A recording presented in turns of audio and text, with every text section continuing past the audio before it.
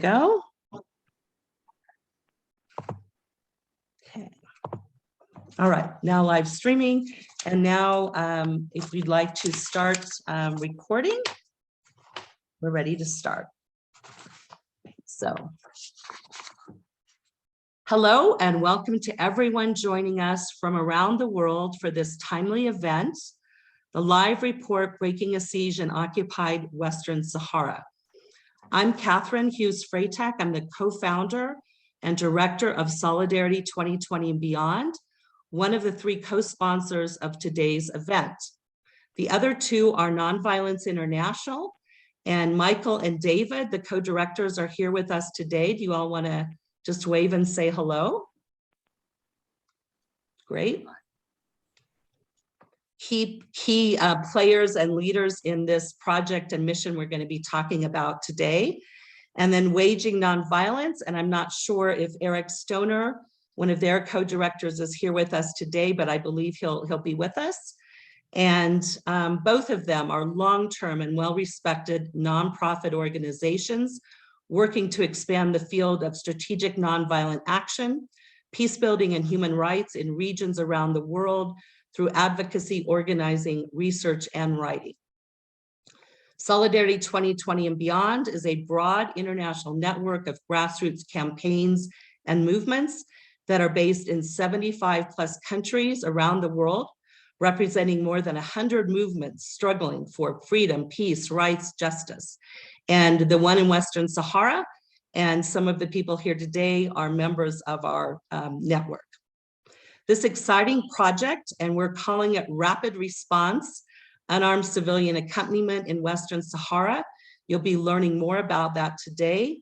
It was organized and supported through a number of individuals and organizations coming together to respond to a plea for protection and solidarity from the Khaya family women human rights defenders in Western Sahara. UCP is just one of many tactics included in the broad array of nonviolent civil resistance. Toward the end of the meeting, you'll have a chance and an opportunity to participate more and to actually sign up to volunteer in some important roles that we have available to move the project forward. I want to thank our great team at Solidarity 2020 and Beyond, including our Assistant Director, Steve Chase, you can just wave, and interns Corinne Paulman and Nikki Munson, who are also assisting us today. As we get started, again, go ahead if you haven't already posted your name and where you're joining us from. We're having definitely people from around the world, and it's great to see the interest and excitement in this really important issue, especially at a time with the Ukraine war, when, as we know, a lot of attention is focused on Ukraine and Russia, but there are so many other issues that are still very critical and are going on as we speak and are not getting as much coverage and attention. Before we get started, I just want to go over the structure for today's report and presentations and some guidelines and procedures. We are live streaming on Zoom and Facebook Live with Waging Nonviolence, and we'll be monitoring comments and questions from both platforms.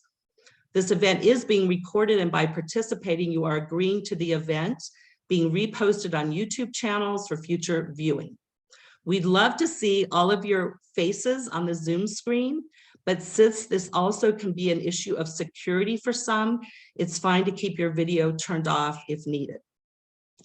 This panel is scheduled for around 90 minutes and will include brief presentations and overview by our panelists, and then Q&A, comments, and organizing with you, our participants. If you have questions, please text them into the chat section, and when called upon by the moderator, you have the option of unmuting and asking directly, or she may be pulling some of the questions and asking them for some of the participants. We know people have different perspectives and positions on this issue, and we welcome those, but we ask that you communicate these respectfully and without any kind of harassment, or we will delete the comments and remove you from the event if necessary. Everyone will receive a link to sharing the recording after the program after it's complete. Now, I'm going to turn this over to Adrienne Kinney, our moderator today, who has been a long-term active member with Veterans for Peace US and UK, including the past president and vice president of the USA board. She is also one of our 4 amazing UCP visitors that traveled to Boujdour, Western Sahara in early March to stay with the Khaya family. She is now safely home in the US and taking on the role of coordinator for this project. And with that, I want to turn it over to Adrienne, and let's get started with the panel and presentations. Thank you, Adrienne. Thank you, Catherine. I just wanted to say, before I get into my presentation, what an incredible, life-changing experience this has been. I was first reached out to a couple of months ago, as I have an understanding of Arabic, and I didn't know what the request was. It ended up being this incredible journey that that brings us here today. So I'm going to give a brief overview of what is happening and has happened in Western Sahara, as well as my experience being on the field in Boujdour. Now, hopefully the share screen will cooperate with me. And let's see how this works. Alrighty. So this is a presentation that is a work in progress. We're trying to fit all these pieces together to tell a story of our experience in Western Sahara as unarmed civilian protectors and as field volunteers. So I don't want to assume what people may or may not know about the history of Western Sahara. I certainly, as much as I like to think that I knew and was well informed about what was going on in the Middle East, had absolutely no idea the situation between Morocco and Western Sahara until I got involved with this project. And then lo and behold, I go to all of the maps and the globe in my home, and I see the dotted line between Western Sahara and Morocco, and have come to understand what that dotted line means, that the Western Sahara is not a recognized country and that is not a recognized border. So the history is that Spain had colonized huge swaths, as you can see, of Africa. As the UN started to call for the decolonization of Africa and Western Sahara, Spain had pulled out. But instead of Western Saharans receiving their right to independence, Morocco asserted control over the region. And this led to a lot of conflicts. Unfortunately, the United States has very often intervened, particularly in the call for a referendum in 1991 when there was a UN brokered ceasefire. There was a call for a referendum that would have allowed Western Saharans to vote to determine for themselves the future of their country. This referendum never took place. And as I can understand it, there is a long history of the United States intervening to either delay this vote, make sure it doesn't happen, to make sure that Morocco, if there were to be a vote, that Morocco would be the winner. All of this kind of culminated in 2020 when, as Trump was exiting office, he tweeted recognition of Morocco's right to control Western Sahara. And which just boggles my mind that Western countries can think that they can just give somebody else's land to another country as if it's a gift they have some ownership of.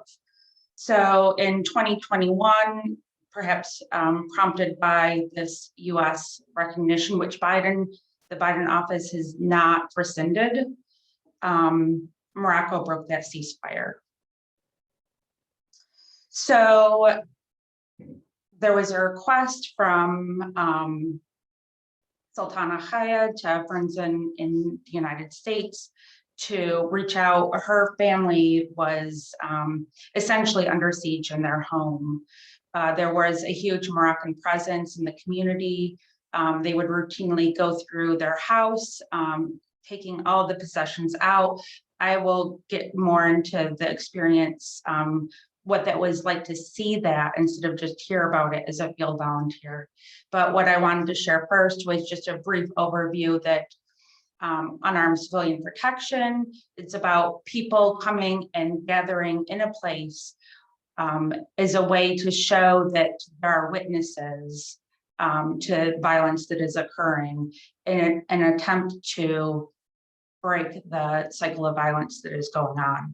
So there's a commitment to nonviolence, nonpartisanship, which can be tricky. And what is not tricky is that the primacy of local actors, that we are following the lead of people, Western Saharans, who are there in their country advocating for their right to self-determination. And primarily to end the siege and the rapes and the violence and call for an international investigation.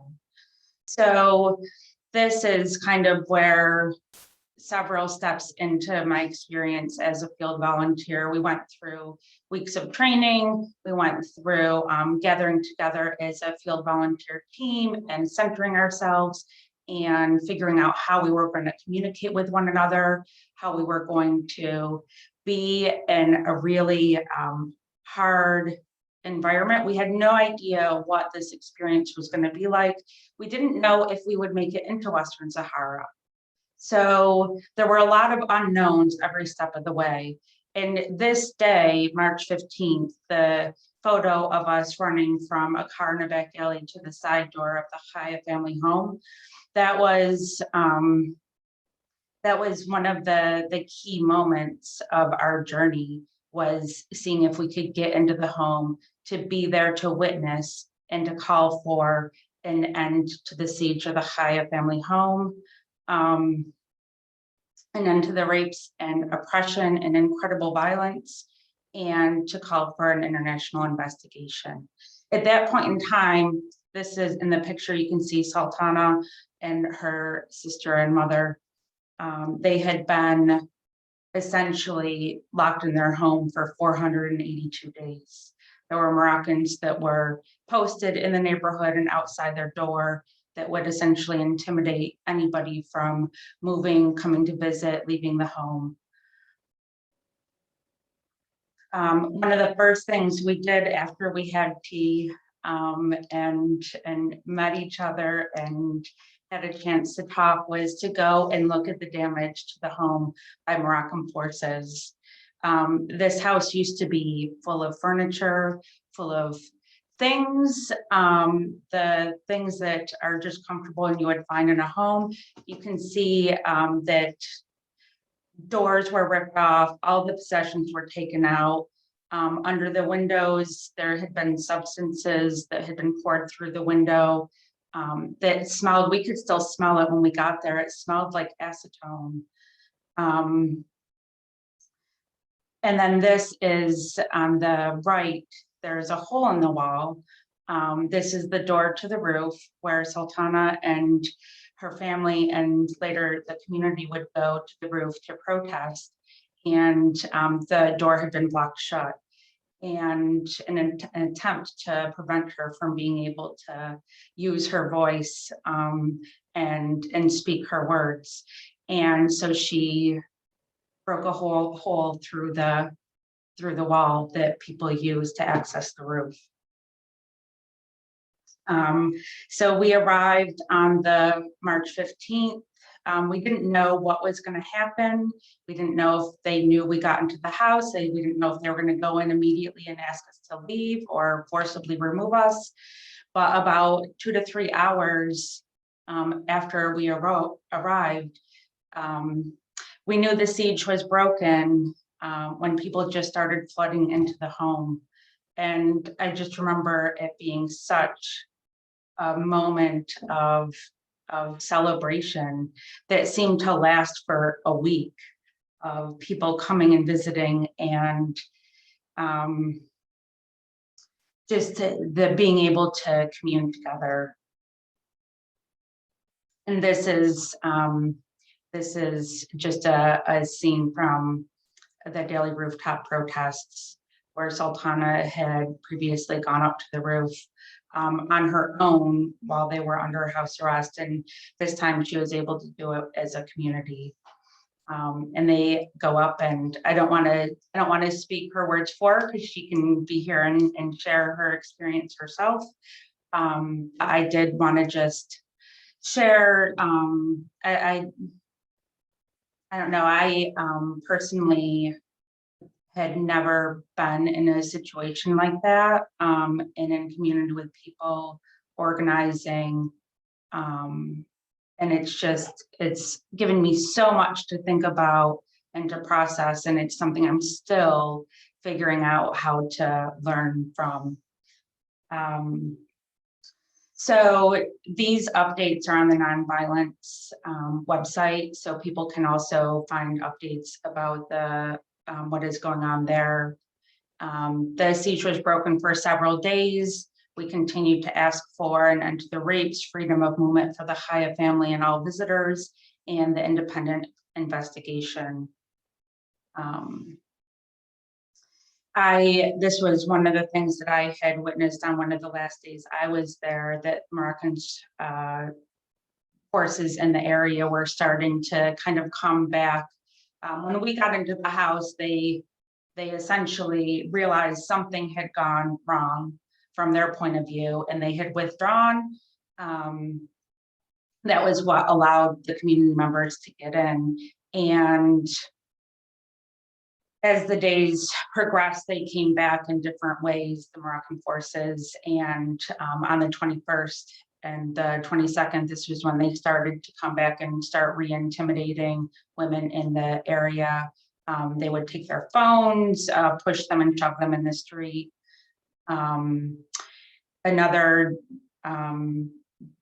day, very often people are picked up off the streets, especially if they have been to the home. This is a young man who had visited the home and has been repeatedly arrested, detained, and then released, all for visiting the Khaya family home.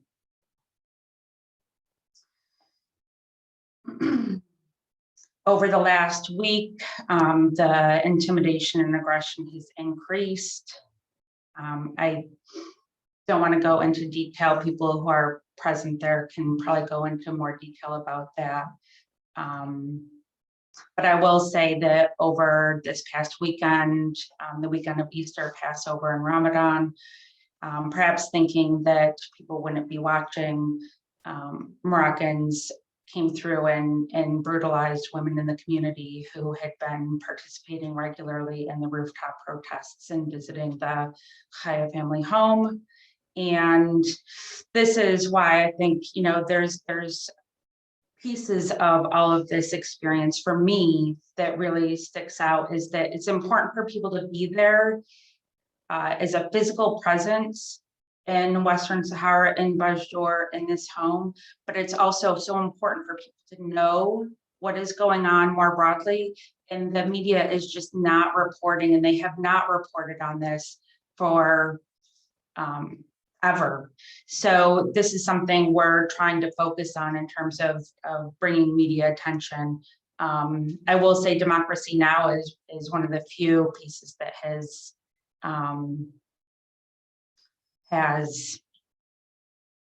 actually covered this story and this experience. And there's so much I could say. I know that we have to be thoughtful about time, and I want to make sure that everybody has an opportunity to speak and we have time for question and answer. So at this point, I'd like to turn it over to Salka Barka to speak about her experiences, and please take it away, Salka.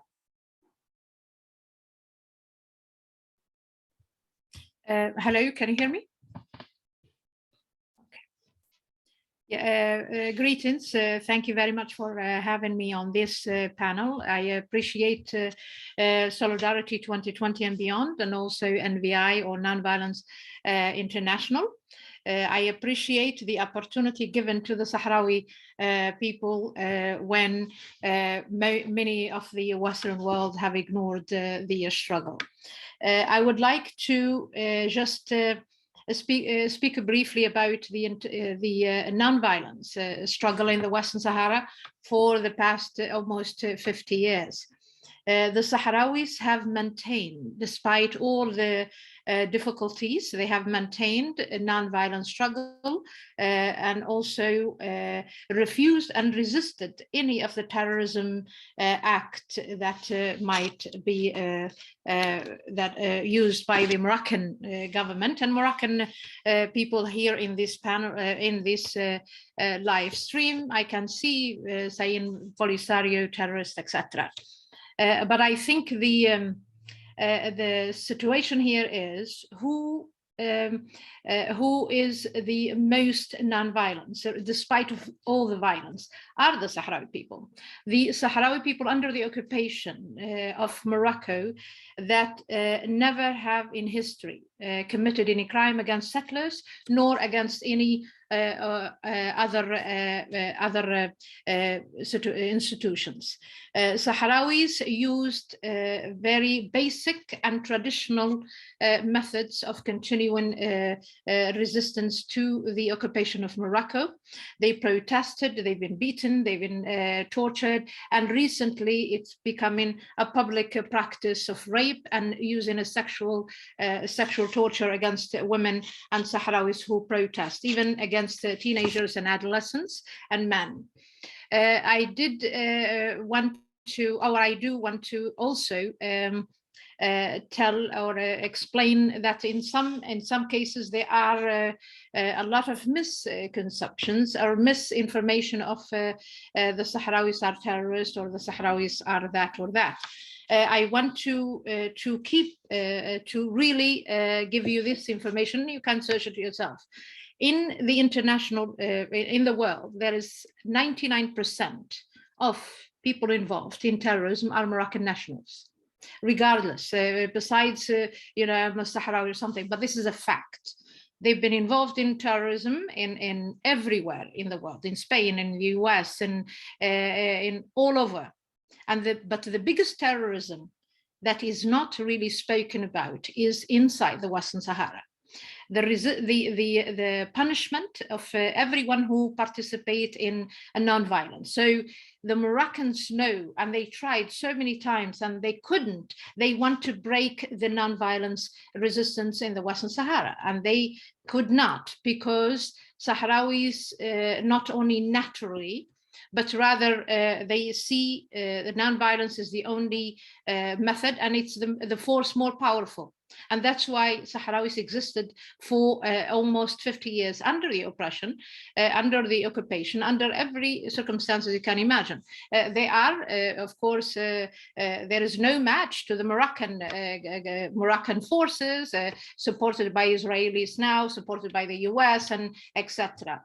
But in the meantime, the power or the oppression made the Sahrawis more creative in continuing how to find a way to resist the occupation and respect the human rights to exist.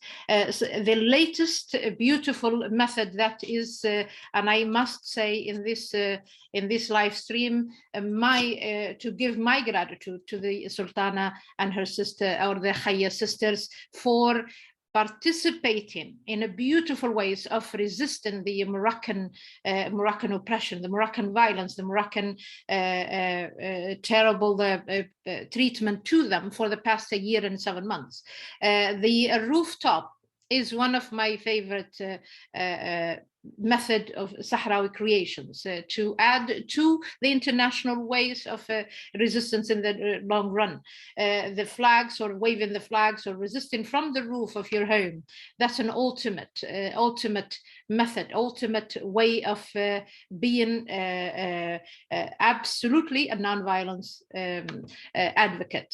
There is nothing easy for, there is words could not absolutely cover what I want to say, and to say thank you to the Sahrawi women who continued to maintain the non-violence struggle, non-violence in the Western Sahara, particularly the women of Bujdur. I salute you, I stand by you, and I thank you for being so disciplined, and to not fall into the Moroccans the tricks of violence. I think seeing my own people going to continue the non-violence regardless of all the pain, I think that gives me hope that we will prevail, justice will prevail, even if it's delayed. And I am thankful to everyone to reach that point. And I am thankful to the NVI and also Solidarity 2020 and HRAC for making the project that recently been made to break or to at least interrupt the siege of the Khaya sisters in Bujdur. I appreciate it indeed, and I am grateful as always, and if I am happy to answer any questions. And I thank you very much for your time. I appreciate it indeed.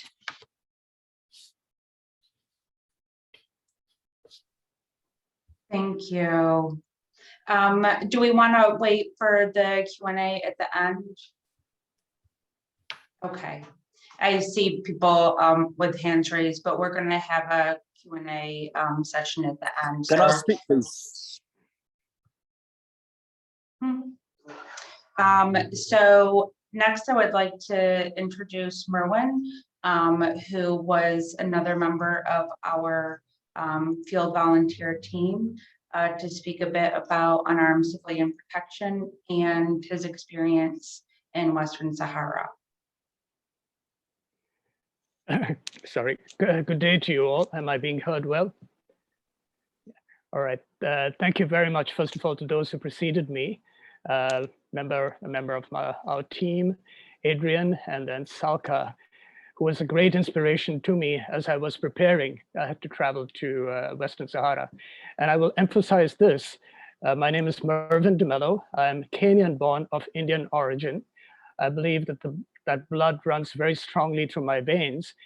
And I've done quite a bit of unarmed civilian protection work in various countries, including most recently Zimbabwe, Bangladesh, and Afghanistan. And it's always a learning process for me and a process of preparation before I even get to the country. And what is unique is that since I'm an Indian citizen, a permanent resident in the US, I had to apply for a visa at the Moroccan consulate. And that was the beginning of my preparation.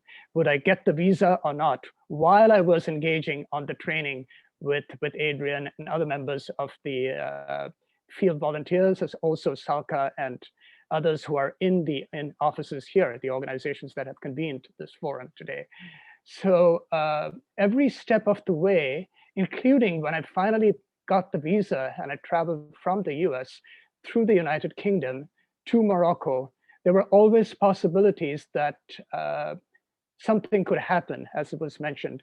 And therefore, it was a continuous spiritual preparation, mental preparation, I would say. And also, once again, getting to know within myself what was compelling me to go. So I finally enter initially the first port of Morocco, which is Casablanca, and quickly to another one called Dakhla. And each point I felt I would be questioned. What was my presence as a tourist, as a single Indian man arriving on the shores of Morocco? What am I? And somehow different events occurred even as I was entering that got me through. And I felt I was looking more also into the past. When did I hear about the action in the Western Sahara, the whole movement, and what was going on there? And I will look back into my Kenyan origin. And I was hearing about Western Sahara while in Kenya, more so while I was in India, but not enough to know the depth of the struggle. I heard more when I got to the Middle East. I worked in Kuwait for a while. And as I associated with my Palestinian colleagues with what I was doing in Kuwait, I heard more about those kinds of movements where the power differential is so much, movements where there isn't any space for individuals and then a nation to become what it is mandated to be, even within the United Nations organs. When I finally got in, and Adrian has given you some background as to how we got in, I thought of one more event or one more occasion when I had heard about the Western Sahara. I am a peace builder, I would say, by profession, a community organizer, and part of my academic orientation as a peace builder has been at the Center for Justice and Peace Building at Eastern Mennonite University. And there, when I look back, a colleague of mine from Morocco presented on the Western Sahara movement. And looking back, I find that pretty unique that this man from the mainstream Moroccan culture yet was talking about Western Sahara. And there, once again, as I reflect on this, it's for me, it's how is unarmed civilian protection and nonviolent action very much in the vein as to how Martin Luther King and Mahatma Gandhi talk about it. How does it become an inclusive movement, a movement where hearts and minds are also changed as you move along? So in the interest of time, I would like to bring up an image now. Adrian, if you could do that, the wheel. So when we got into the house, what struck me was the tremendous outpouring of emotion by the Khaya family. You know, it was an element of release of grief because they had been suppressed for such a long period of time, more than 480 days, as you've heard, in that household, all of what they had experienced. And now a team comes in from the outside and enters this house. So if you look at this wheel, there are two things that I can relate to as I look back. One is the protective accompaniment, if you look at proactive engagement, and then also the relationship building and confidence building, multi-track dialogue. So this is an unarmed civilian protection wheel as it is put together by Nonviolent Peace Force. And when we got into that household, and for the period of time that I was there, I continued to reflect on what is my role as a person engaging in unarmed civilian presence. And I realized with a group of people, the Sahrawi people, who are very sophisticated in what they do. Nonviolent action, as you just heard from Salka, is not new to those activists. They have a whole range of tactics and strategies that they use, as I was beginning to learn as I moved along. So I felt that my role was really to understand, to build relationships, and to also be a presence of accompaniment. And that was number one, to allow for emotions and literally a release of trauma from the body to happen. And that was happening in different ways as I was in this household. The fact that we got there and the siege could be lifted, over the next period of time, I was there for about 10 days along with Adrian. Many people who are activists, maybe in different areas, or Sahrawi people who are members of the community, were able to come in and pay their respects and also engage once again in a very wholehearted, celebratory way with the Khaya family. And as I was seeing this celebration happen, as I was seeing the tea being poured, as I was experiencing firsthand the sense of welcome, I began to feel within myself, even within my own body, the tension that I had accumulated over the period of time, from the time I left the shores of the US, through the United Kingdom, and arriving in Morocco, and finally to Bojdur, my own stress beginning to be released. And then it became more of a tactical engagement. So as we sat as a team, the four of us, you will hear from Zain later on, and from Sultana herself, it was how do we, number one, maintain the integrity of who we are as a team, as an unarmed civilian protection team, and number two is how do we support and also know when to stand back. And that is the most important aspect of my learning, no matter where I've been. We're entering into a new culture. We're entering into a new context. We're entering into a household that has been overwhelmed by trauma, by a lot of abuse from from the security forces in Morocco, and then needs the space to once again recover itself and also to then move on alongside us, very much knowing that they're in the lead. So I believe one of the contributions that I personally could make with my also realizing who am I in this context, I'm a person of Kenyan origin, but also Indian heritage. How do I form bonds of solidarity with the people in ways that are not over empowering, but in ways that are engaging and in ways that are humble? And so I had a number of individual conversations, primarily to the extent that I could. I do have some hesitating Arabic that I picked up over a period of time, but also in Spanish. And that was another realization for myself, that I could engage in English, in Spanish, and with a few words of Arabic, but to engage at a decent level. And at the most of the time, to be a silent present, to listen. You know, one of the main ingredients of nonviolent action or nonviolence itself is deep listening. And I felt with that aspect of deep listening and then reflection along with my team as also individual reflection, I was, you know, reflecting in a diary, had ample opportunity to do that during the nights. I was able to think to myself, when I'm hearing what I hear, how do I then take the next step in terms of preparing myself for the next day? Because as you just heard from Adrian, and also from, you will hear later on, that things were really evolving right in front of our eyes as the local team, the local activists were regaining their confidence and I would say taking a hold of the space once again. I was also thinking to myself, what next? And the what next was not only the next day, what's next in my personal life. What have I learned in terms of unarmed civilian presence? What have I learned in terms of nonviolence? But what do I do when I get back to the United States? And there were two aspects that I would like to bring out. So as a result of my studies in the US and also my own engagement in advocacy and nonviolent action, I have recourse to a number of different networks. Although many of these networks, the people in these networks are engaged with similar movements, as Salka was saying, not much is known about the Western Sahara. And I think my immediate imperative is to get the word out. My next imperative is also, how do I, from the learnings that I have, how do I prepare myself for my next engagement in unarmed civilian protection? And the other thing that I would say, coming from my learning in Afghanistan and now in the Western Sahara, there are many misnomers or misunderstandings or apprehension of how the Islamic world engages with unarmed civilian protection. This whole aspect of nonviolence, particularly in this country, of how do people who are Islamic or people who are non-Islamic understand an Islamic movement for peace.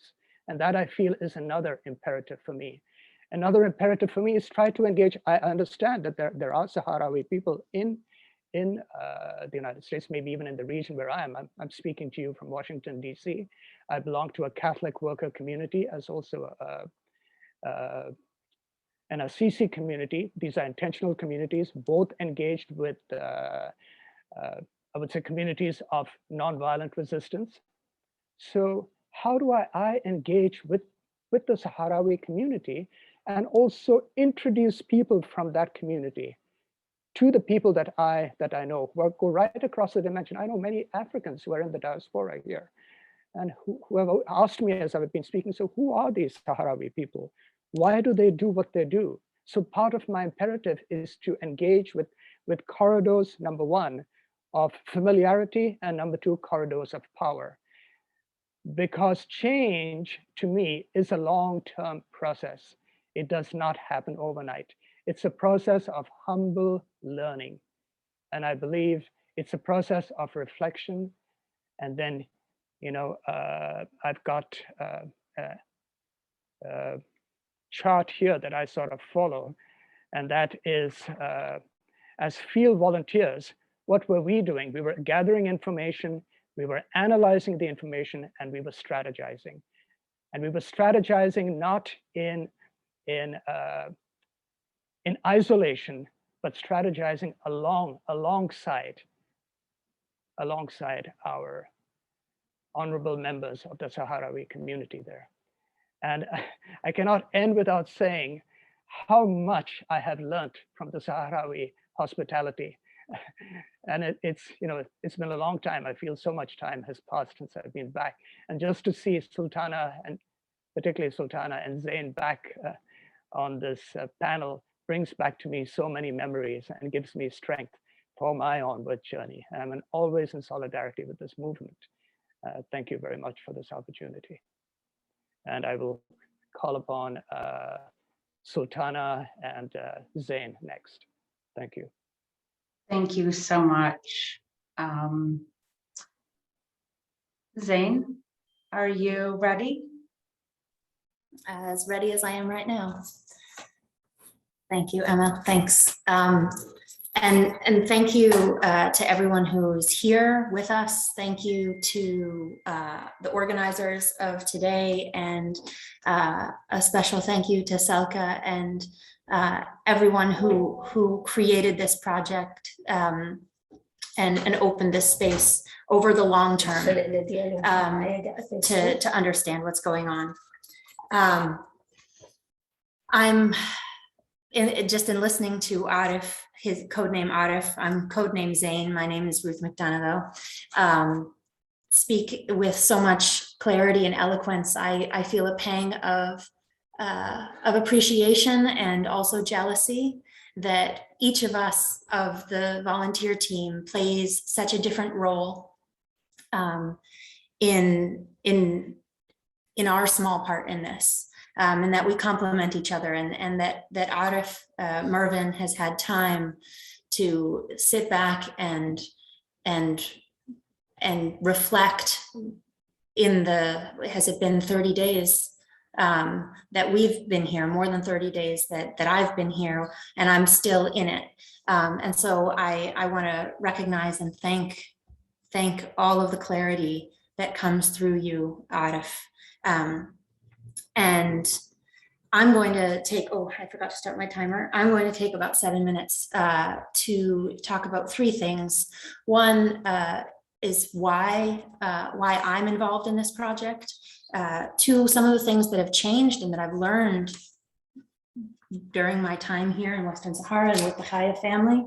And the last kind of category is about accomplishments, things that we've been doing, things that are happening with some asterisks there, since it's not really us as an American team that's doing the work, but we're very honored to be an instrument in the Sahrawi strategy.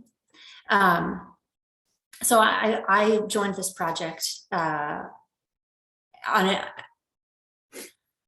really at the core of it on the basis of really caring about life and caring about engaging with life at a really fundamental level. And when I'm most engaged and when I'm really listening and taking in care, I feel very connected to peace and to justice and to work for that. And I think when the deciding factors really were that the Sahrawi people and the Khaya family in particular were asking for a tool. They were calling for the presence of American passport holders, and also, as you've heard, Mervin joined us as an additional presence, and an American permanent resident and member of the team. That they were the ones making this call, that the Sahrawi community was choosing a strategy, and that we could meet their call by responding to what they were asking for. That was a big deciding factor for me in signing on.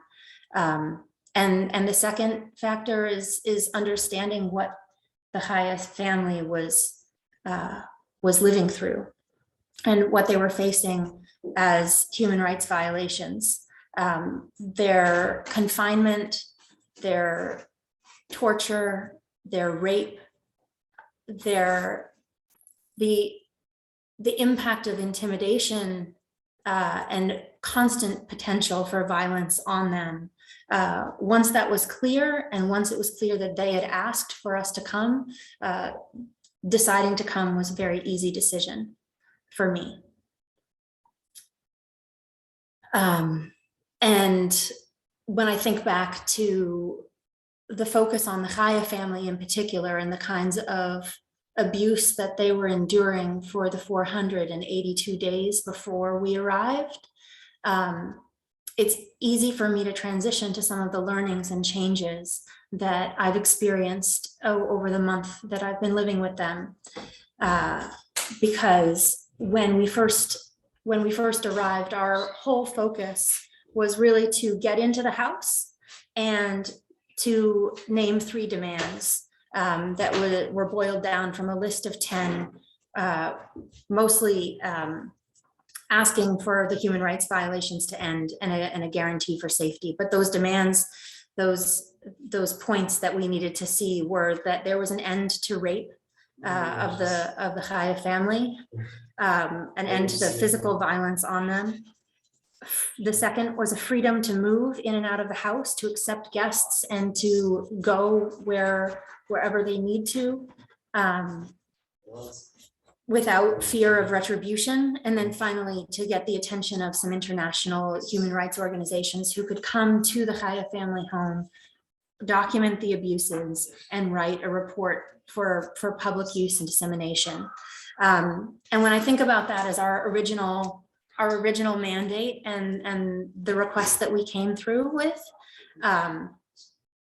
I'm deeply humbled by the narrowness of that mission. And one of the first things that landed as a learning once we arrived at the house was within 20 minutes of coming into a dark home that stank of sewage and stank of acetone and has peeling walls still, had almost no furniture in it except in one room. We came in the dark, and it was threadbare, bare bones, survival, a prison. And when we realized that we'd arrived, we'd gotten in and established connection enough to start realizing that we could talk with each other. And Sultana, in those first 20 minutes, after saying how excited she was that we were here and how glad she was that we'd made it, started talking about the entire Sahrawi community and how it was the entire community that was experiencing the violence that we had heard about only through her family as a lens. But within the hours when more neighbors and more activists started coming to the house, she took the time on that first day after being released from her situation, or partly released, relieved in some ways, to point at people and say, that one over there, she's also had her house surrounded for months at a time. That one over there, she had toxic chemicals poured on her and her children. Have you heard about that one? She was raped as well. And to make it clear that the thing that had moved us to come had also affected the whole community, was such a lens shift that opened up all the other learnings. And that was on the first day. And we've had, I realize I'm at minute 7 right now. I have to stop. But that was a learning on just the first 3 hours that we were in the house. And I would say that every hour since then, in the probably 34 days that we've been here, has been that rich. And there are, I hope that there's time to talk more about it, but I'm gonna end because the most important person you need to hear from is Sultana, and her translator is here and ready. And I'm gonna just pass it right along to her and refocus the camera. So thank you. Thank you. في البداية نرفع تحياتي للمتحدثة سلطانة رئيسة الرابطة الصحراوية للدفاع عن حقوق الإنسان وحماية الثروات بوجدور المحتلة، عضوة الهيئة الصحراوية لمناهضة الاحتلال المغربي. باسمي I'm Sultana. My name is Sultana Khaya. I am the president of the Sahrawi League here in occupied territories, and I am also a member of the ISACOM organization that defending about human rights. بالفعل أنا كصحراوية كمدافعة عن حقوق الإنسان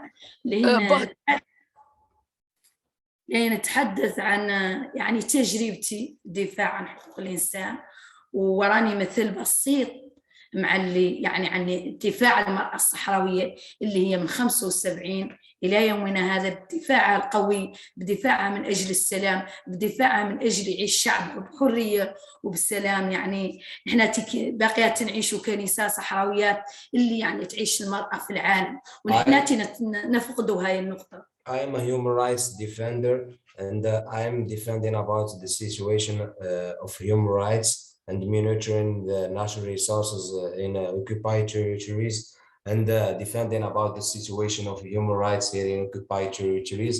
And I am also a simple example of the Sahrawi woman that's suffering under occupation, and I am not the first example. I am only an example which talk about and defending about this situation. أنا دخلت يعني نقول نشكر الفريق اللي هو الحقيقة قدم وعزم قوته وبيراته لين وصل منزل عائلته الخية في يوم 16 الشهر الماضي، اللي الحقيقة كان سند لي، ما هو سند لي أنا، سند للصحراويات كاملة اللي هما يعانوا تحت ولاية الاحتلال. عارف دريانة، عالي، زينة، يعني عنه هذا الفريق اللي الحقيقة كان في المستوى وكان عمله ناجح. I want to thank the American delegation and American volunteer that show solidarity and come here to Bujdur occupied, to Bujdur city in order to break the siege and show solidarity, and they actually become like a candle that's a light in a tunnel, in a darkness tunnel. They are becomes a candle for us and for all the Sahrawi people here in occupied territories. الصحراء مغربية. قد ما هو داخل حد معاكم هنا تياها من الاحتلال المغربي اللي الصحراء مغربية. الله الوطن الملك. There is someone Moroccan who said yes, we were ready for this type of disruption. We just need to remove the person. الله الوطن الملك.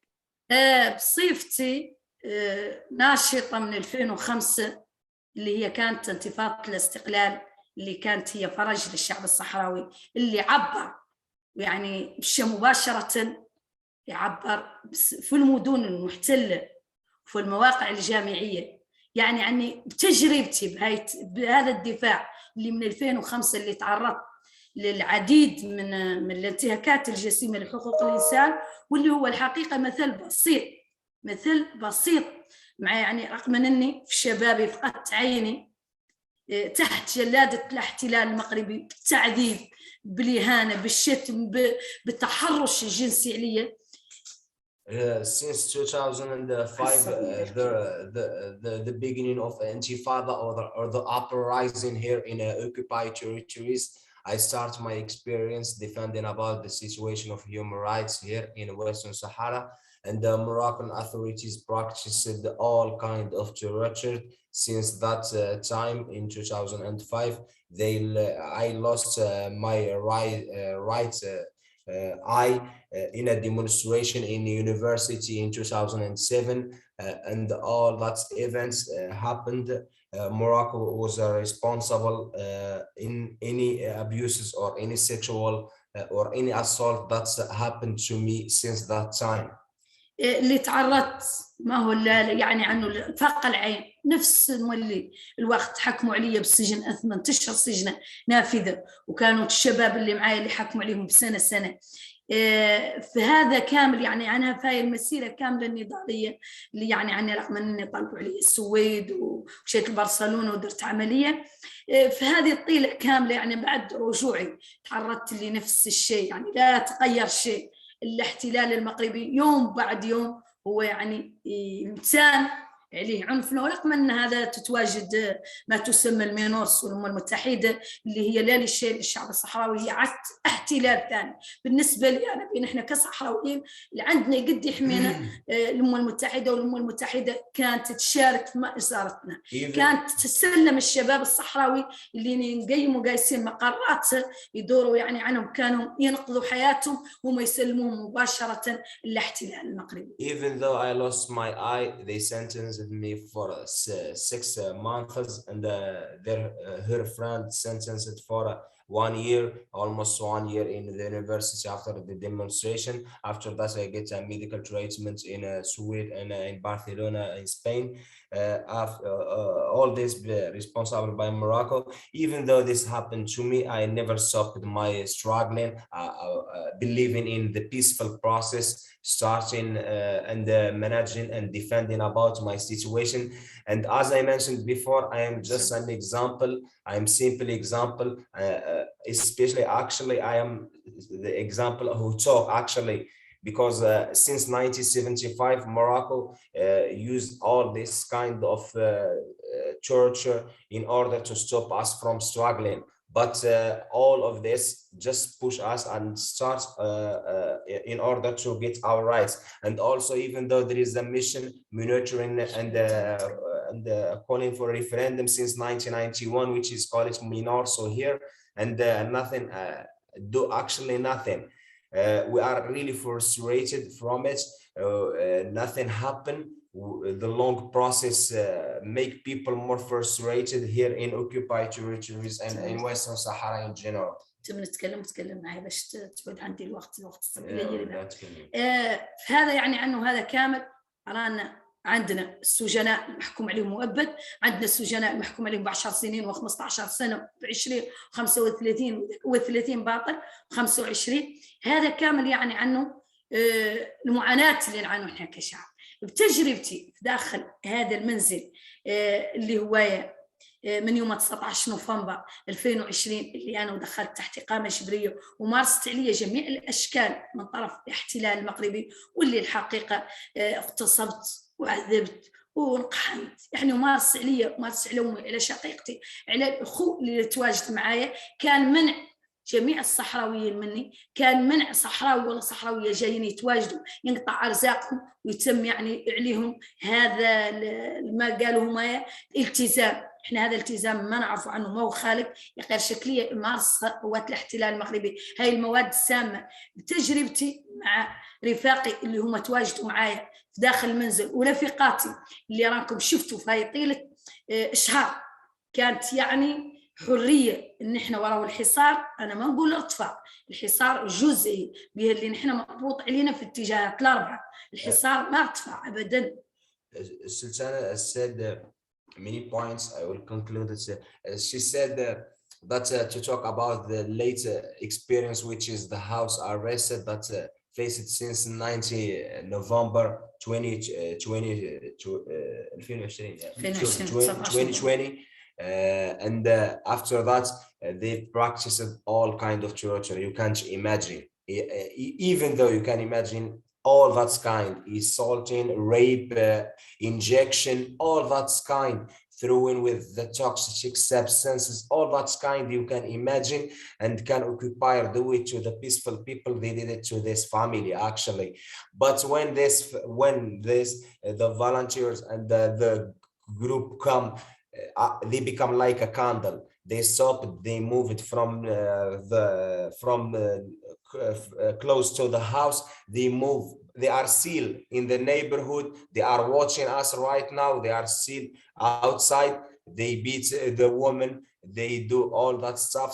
But they will not stop the siege and the house arrested. They still in the neighborhood. They are surrounding us, and we can see them right now. والصورة الحقيقية الهمجية الاحتلال المغربي راهي عبرت عنها جسد زينب وبابي، عبرت عنها جسد فاطمة الحفيظي، عبرت عنها حاجتنا بابي فاطمة بابي مباركة الحفيظي أمي المنين عبد الله إبراهيم. هذو الرفيقات اللي لا لشيء إلا أنهم كصحراويات يعبروا تحديات الاحتلال المغربي اللي هي صورتهم اليوم ملطخات دماهم بيدين الاحتلال المغربي. واللي عنا احنا كنساء صحراويات رانا ما نحملوا سلاح، ما نحملوا سلاح أبيض، ما نحملوا حجرة، ما نحملوا دبوس، لا نحملوا العلم الجمهورية العربية الصحراوية الديمقراطية.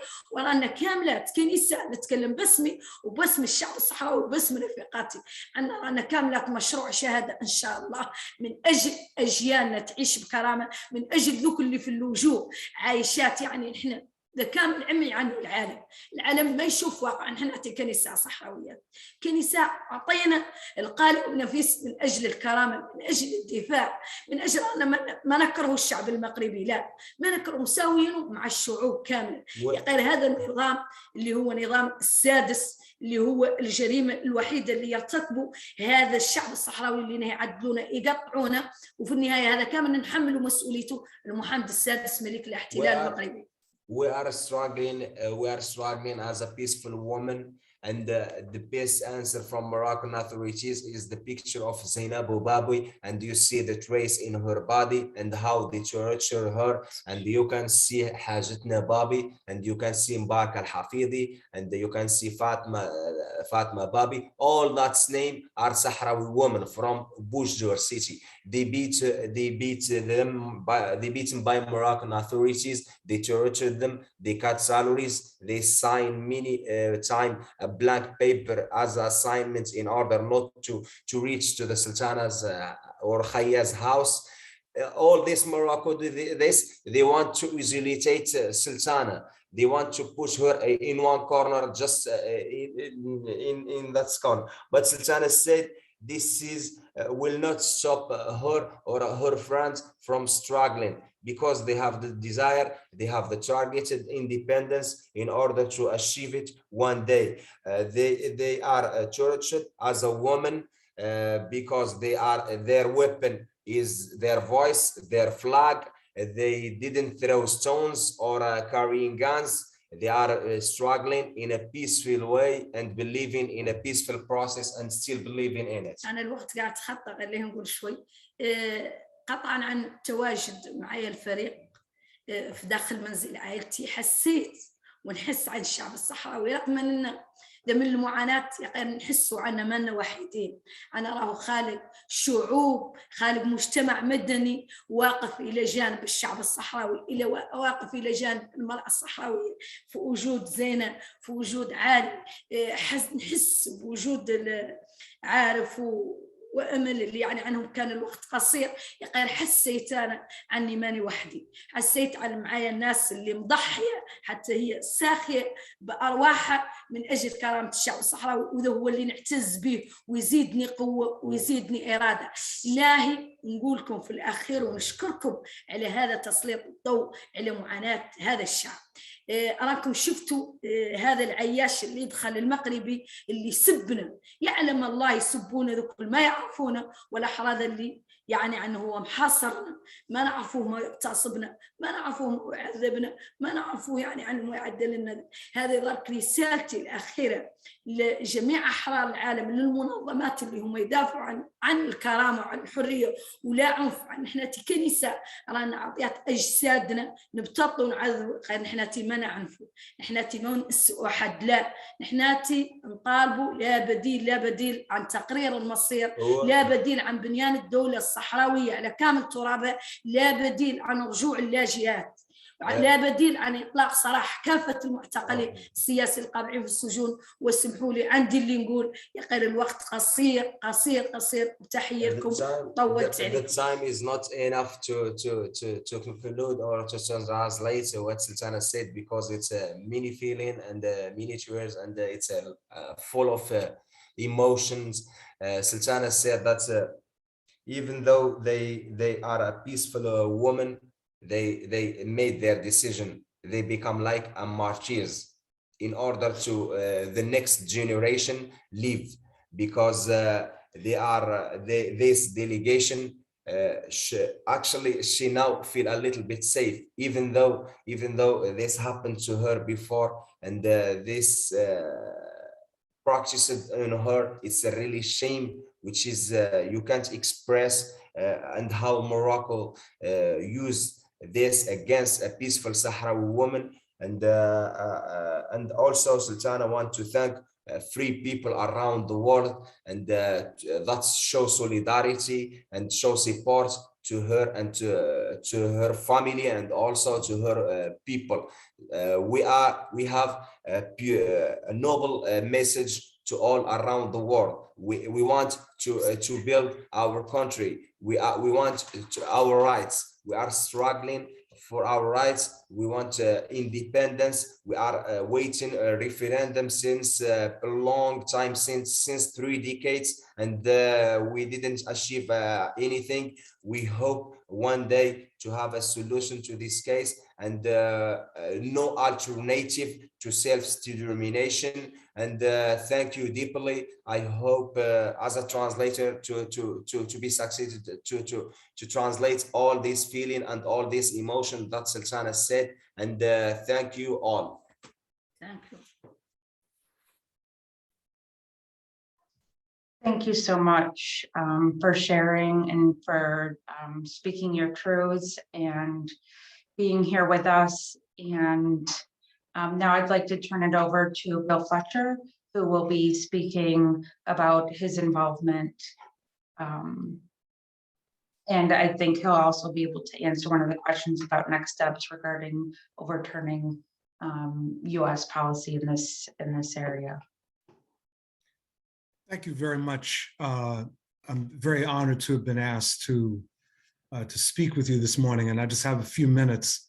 So I want to raise 3 issues. First, I want to begin by saying Assalamu alaikum, and my honor again to be here with you. So first, I want to salute the courage of the Khaya family, the courage of the volunteers, all of whom are taking great risks, and the Khaya family for its risks in speaking out for the independent self-determination of the people of the Sahrawis. And I salute that, and there are many of us that are there with you, which I hope that you'll never forget. And I want to salute the courage of the volunteers who did not have to do this, and who made a choice, and which I respect and very much admire. The second thing I want to raise is, with all due respect, and I really mean that, is what may appear to be a semantical question or point. I do not think that the term breaking the siege should be used. The siege was disrupted. The siege continues. When you break a siege, the siege no longer exists. That's true in warfare, it's true in politics. What has happened is that the volunteers have courageously disrupted the siege, but the siege is there. And I say that for both legal reasons and political reasons. The legal reasons are clearly because of Sultana's human rights case. The political reasons is that it's important not to grant an inch to the Moroccan government and their allies, to lead anyone to believe that the Moroccan government has become any more humane or favoring human rights when they're perpetrators of national oppression and human rights abuses. So I think we just need to be very clear publicly on this. So I offer that with all due respect. I speak as a co-coordinator of the campaign to end the Moroccan occupation of the Western Sahara. And we are an organization, a coalition formed in early 2021 to push for changes in US policy towards the region and to support the Sahrawi struggle for national self-determination. And I think it's really important, and anyone in the United States knows that what I'm saying is true, is that most people in the United States have not a clue where the Western Sahara is or the nature of the struggle. When you mention the Western Sahara, people think you're giving a geographical description of a portion of the Sahara Desert. They have no idea about Spanish colonialism. They have no idea about the Moroccan invasion in 1975 and the ongoing struggle. And so the biggest task, and this is why the founding of our coalition was very, very important, is to shift the discussion here and to ultimately shift policy. The fact that the Biden administration has refused to step back from the illegal decision by the Trump administration to recognize the Moroccan annexation and aggression demonstrates that there is a problem that we are only going to be able to resolve politically. And I mean that with a small p. In other words, pressure, pressure, pressure, pressure. And as my colleague, Dr. Stephen Zunes, who I believe is on this call, has emphasized, that we can learn a lot from the struggle that took place around East Timor in Asia, and the way that that became an issue that nobody knew about in the United States to becoming a cause célèbre. So we have our work cut out for us, and our campaign is attempting to build strong ties around the United States, reaching out and conducting webinars, reaching out to students and other university activists, and ultimately looking to build strong base areas around the country so that the Congress of the United States and the administration understand that this situation will simply not be tolerated. And I will stop there. And again, thank you very much for inviting me to speak. Thank you so much, Bill. And I do appreciate your clarification of words. Words are so important. And I think that that was an incredibly important putting things back into perspective about what has been happening and what continues to happen. I'd like to turn it back over to Selka to talk about her organization. And then we'll move on to Q&A and call for volunteers. Hello again. Thank you again for calling me back to this one.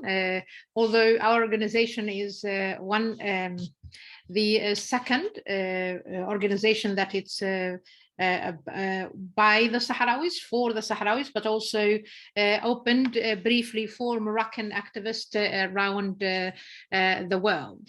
I do want to just if I may, I know it's a little bit different, but our organization, of course, we try to do corrections to the misinformation that it's in the American civil society, and also to put the American government on the spot. As an American, I voted for the Biden administration. Unfortunately, I was very disappointed, as everyone else, that they took their time, or literally they just ignored the Sahrawi issue at once. I want to call some names of the women that I know it's a little bit off my topic, but I need to make sure that their names are heard, of the women that they were beaten in the Western Sahara. A couple of days now. In fact, they were beaten to the point that some of them cannot be recognized, including Zainabu. I want to call the names now. The first name, of course, Sultana Khaya, Sid Ibrahim Khaya, Al-Wa'ara Sid Ibrahim Khaya, Al-Mu'minin Abdullah Ibrahim, Mbarka Muhammad Al-Hafiz, Hajjatna Babi, Zainabu Babi Mbarak, and Fatma Al-Hafidhi also. I want to make sure those names stay in our memories. Those are non-violence activists, Sahrawi women, civilian, have been beaten and also sexually molested, tortured. and these by the Moroccan government or Moroccan agents in the occupied territory of Western Sahara. I just want to make sure that we have to remind them, those people, that the Biden administration is keeping good, warm relationship with the Moroccan government. I want to remind them that they are part of the crimes, and if the time comes for the United States to answer, they cannot say they did not know, because they do. Karama Sahara spent almost a year and a half sending letters, emails, calling left and right to the American government here, the State Department, including Mr. David Fisher, Ms. Zaidan Amanda, to also the Foreign Affairs Office here in Washington. We have submitted videos, pictures, audios that if you hear them, you lose your mind, of hearing Sultana being choked by Karim, Ammar Karim, or something of that. I don't have his full name, but I do have the records. When you hear those videos and those testimonies, I don't think any human being can be quiet or can just stay mutual. You must, especially for an administration that is built on a campaign of human rights. It's the Biden administration. I remember I worked, and I still do, I'm an advocate also for human rights here in the United States, for immigrants, for women and domestic violence and victims of violence and victims of human trafficking. But one of the things that the Biden administration, I knew him through the VAWA section, or the VAWA Act, to protect women, to support women. But yet, when it comes to the Sahrawi, women been tortured, been raped, been all this, it's absolutely silence. And that breaks my heart, because I voted for the Biden and Kamala Harris. I was absolutely disappointed, because every dream that I had for my time working and supporting women here locally in the United States, victims of horrible crimes. And I see the administration that supported and campaigned under the human rights and attracted every person like me to vote for the Bidens. Then it became like the disappointment again. But my biggest issue is, and I have to say this because I know this is a record, that the Karama Sahara, our organization, with a very basic means, we did the bank calling to the United States government, to the foreign, to the State Department in particular. And one of the things that was really, I had hoped that David Fisher went all the way to Laayoune.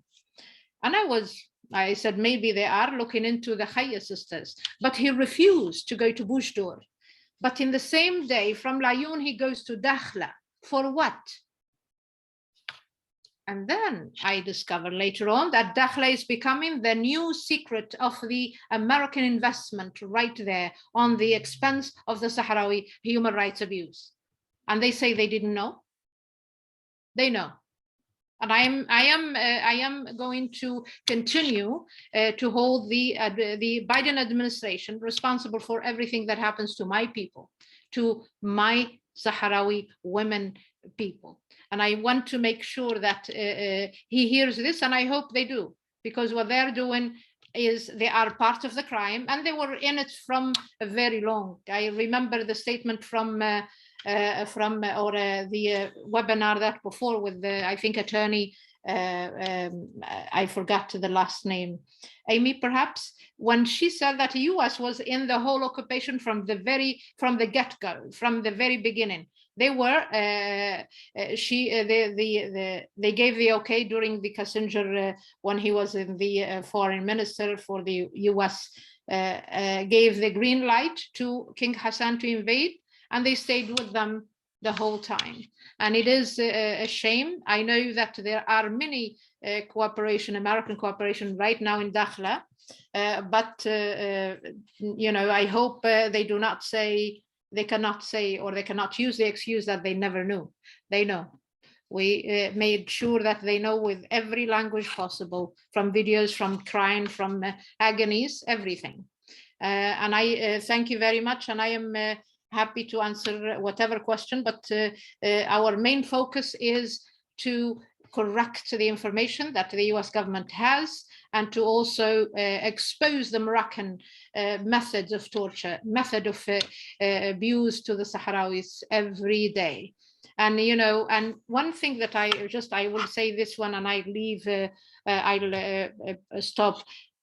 Remember, I have never seen a cowardly act made by the Moroccan government. When they see these two Americans go to the Western Sahara, they literally hidden everywhere. You cannot even see them. And they pretend there is nothing wrong. Oh no, because they know that American government is okay with that. They don't care, but they know that they should not show them something. They should not do something publicly so the Americans will see it, etc. But how dare you say that you don't have any, or you cannot go to Boujdour because of security reasons? How dare the representative of the American people that we voted for say that they cannot go to Boujdour because it's a security risk? What security risk can you have? You go all the way to Dakhla to celebrate with other business and cooperation celebrating in Dakhla. For what? That means you are using you're telling something not right to the American public, and we will discover that, and definitely we will continue to do that. And I thank you very much. Thank you for your time, or for giving me so much time to talk about this subject. I appreciate it indeed. Thank you so much. It's wonderful to hear your perspective and your experience and your wisdom and your passion.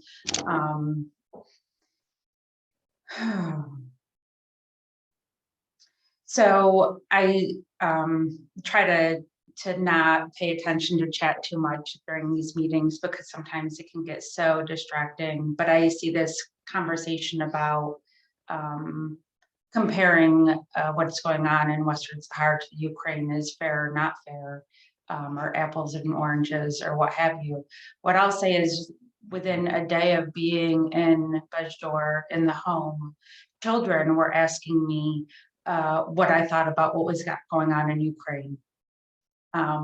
When we had Zoom meetings with the Sahrawi community all over Western Sahara from inside the home, we were joined by Palestinians who knew what was going on in Western Sahara, who, you know, regardless of what people on the outside may or may not think, people on the inside experiencing the suppression and hostility from forces demanding right to their homeland, and wanting to say that, no, this is our place, this is our place to be. They all feel camaraderie with each other. So people can say that situations might be different. What's going on in Ukraine, Palestine, Western Sahara, there might be shades of difference, but the feeling of being oppressed and the feeling of having your home invaded and seized from you is a feeling that I saw people share together, and acknowledging the hardship that their communities were going through together and being there to support each other even while they're going through their own hardships.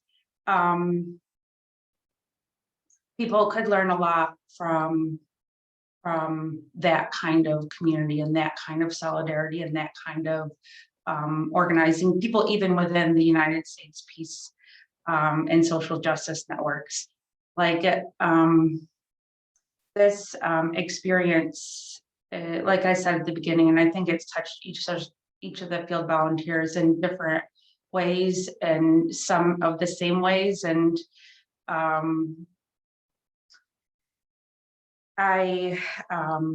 like I said, I'm still trying to figure out and process, and I feel like this is going to be something that I want to be in solidarity with Sultana and with the Sahrawi community, and for as long as is needed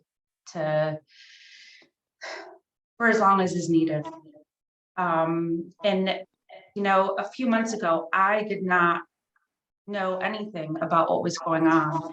And sometimes people can feel stifled to get involved because you feel like you have to know everything in order to have a voice and or participate in a movement. And I will say that if people have a commitment to peace and social justice and ensuring that human beings are treated respectfully and with all due consideration, and that there is a referendum right for Western Saharans to determine for themselves the future of their own country. If you have any time at all and any skills, let it be writing press releases, handling social media, helping to think through how we can be the best support from here within the United States as possible for the cause of the Sahrawi community. If you can donate, if you know how to write grants, if you know how to do fundraising. I mean, there are so many ways to be involved. And this is, I feel strongly that with most every fiber in my being, that this is something that is achievable. And it's achievable now because the Sahrawi people are so committed and so deep with nonviolent resistance and persistence and standing up for what is just the way things should be. But, you know, it will take organizing. And, you know, I think that making positive change here could be an important, lead to important rippling throughout the world, and show that people and borders should be respected, whether it be Palestine, Ukraine, Western Sahara, indigenous peoples within the United States, that we have to find ways to be better together for us as people and for our planet is a thing that exists. If we don't start thinking about how to be better, then you know, kind of all screwed. But I wouldn't be here if I thought we were all if there isn't hope. Thanks so much, Adrienne. And on behalf of the organizers, we're actually, unfortunately, to the end of our time. We're about 15 minutes over at this point. Taha is mentioning some of his perspective in the chat. We've had some other questions that have been answered, but I just want to say that I honor and respect so much Sultana, the women human rights defenders, and all of the defenders in Western Sahara for the Sahrawi cause. I want to thank all of the volunteers, the field volunteers that did risk their lives to go to the ground, to be part of the UCP unit and initiative. Thank you so much to Salka and Hanan and everyone with Karama Sahara, and to all the groups on the steering committee, many of whom were represented today. We have Nonviolence International, Solidarity 2020 and beyond, a lot of people from Nonviolent Peace Force, from Veterans for Peace, from CPT. There are just a number of other groups, ISM representatives that have been involved in this initiative. And as Adrienne is saying, we need you to sign up. We need you to step up. We need your donations to continue this moving forward. We need people that can volunteer to be future field volunteers. We need people that are part of our steering committee and part of our planning committees. It's a lot of work, but it's such a key and important initiative right now. So thank you to you all. And before we leave, maybe if you want to unmute yourselves and everyone just say goodbye, good luck, you know, support in your own language. And then we'll be wrapping up and having some connection with you, more communication in the future. Updates will get you on our blast, which we're sending out press releases almost daily at times on what's going on. And we'd love to have you be part of us. So go ahead, unmute, and everyone just say goodbye in our language. Bye. Bye, thank you. Goodbye. Thank you. Thank you all so much. Thank you and goodbye. Thank you. قبح الله Goodbye. Bye.